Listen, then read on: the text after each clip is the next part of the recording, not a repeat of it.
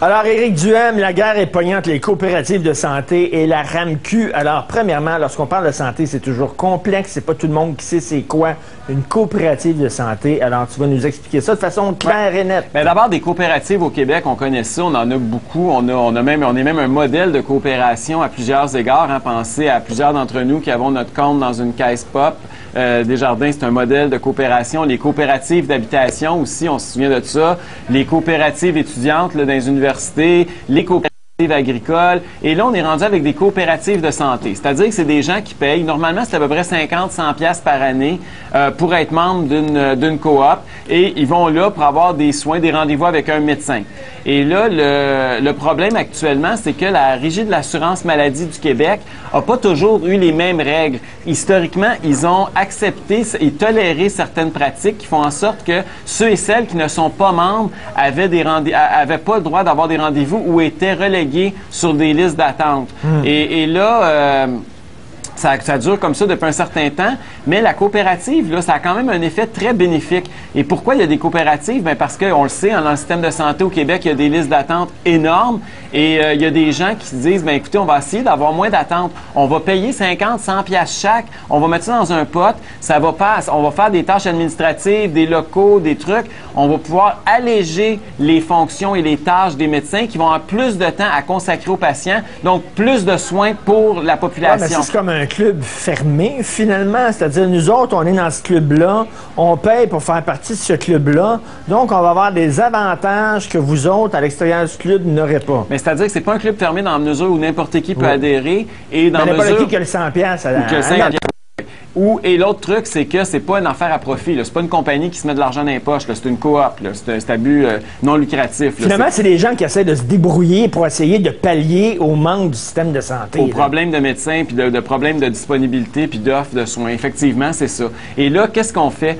Présentement, moi, ce qui m'indigne, c'est qu'il y a un autre média, Radio-Canada, pour pas le nommer, qui ce soir va faire une grosse émission pour taper sur les coops de santé. Et là, la RAMQ qui va sortir, la Régie de l'assurance maladie, qui a déjà commencé hier dans un communiqué de presse à dire qu'elle allait faire enquête.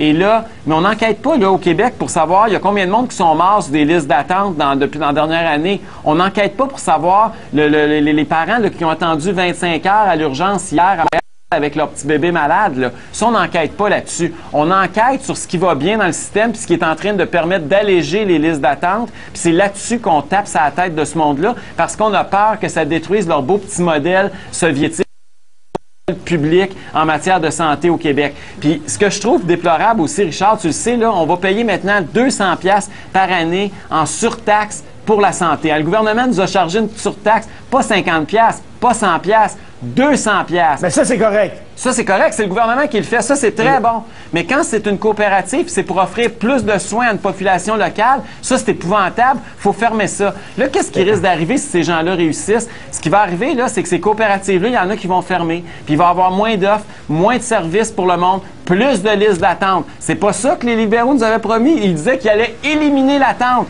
Là, ils sont en train de travailler pour augmenter l'attente puis faire fermer ce qui marche dans le système. C'est le monde à l'envers. Puis, c'est ça, le genre de socialisme, c'est tout le monde en l'ADA. Tout le monde qui a une auto qui marche mal. Il faut niveler par le bas. Et parce que qu'est-ce que ces coopératives-là sont en train de prouver au Québec? Ils sont en train de prouver d'abord que contrairement à ce que les libéraux nous ont promis depuis 10 ans, l'attente est loin d'être éliminée. C'est pire que jamais. Le monde se cherche toutes sortes de maudits moyens pour rencontrer, pour avoir rendez-vous avec un médecin. Puis la deuxième chose que ça prouve aussi, ça fait mal aux adeptes du monopole public en santé, c'est qu'il y a des gens qui sont prêts à mettre la main dans leur poche puis pour payer puis directement pour avoir accès à des soins. Éric, il y a une hypocrisie. La médecine à deux vitesses, là, ça existe depuis très longtemps. Par exemple, on sait que quand c'est le temps de... Tu sais, quand on diagnostique un mal, plus tu le diagnostiques tôt, plus tu as de chances de guérir, OK? Alors, il y a des cliniques, comme la clinique Place Ville-Marie, pour pas la nommer. Oui. Tu payes 600 piastres, tu passes toute la galerie de tests possibles et impossibles, tu as les résultats en 24 heures. 24 heures après, ça te coûte 600 piastres. J'ai parlé à un des médecins de la Place Ville-Marie, il me dit tous les politiciens viennent ici. Toute la gang, de tous les partis, ils viennent tous ici. Puis après ça, ils s'en vont faire des beaux discours sur le monopole public, puis comment c'est épouvantable le privé en santé. C'est pas de la petite hypocrisie. Puis en plus, moi là, comme citoyen, est-ce que j'aime mieux prendre 200 piastres l'envoyer au gouvernement dans une surtaxe que je sais pas en tout où ça s'en va, puis que j'ai aucun contrôle dessus, ou si j'aime mieux prendre 100 pièces puis aller choisir la clinique où ce que je vais aller, puis offrir, puis m'assurer que les soins correspondent à ma demande, puis que j'attends pas. Il me semble que poser la question, c'est d'y répondre. J'aime pas mal mieux mettre moins d'argent, puis avoir un contrôle sur l'argent, puis avoir un choix, que d'envoyer ça dans un pot au gouvernement, puis pas savoir pas en tout ce qui fait avec mon argent. Non, tu vas être dans le corridor comme tout le monde, OK? Tout le monde dans le corridor. C'est comme ça que ça marche au Québec. Merci, Éric. Ça me fait plaisir, Merci, Charles. on se voit demain, toujours vers 10h30.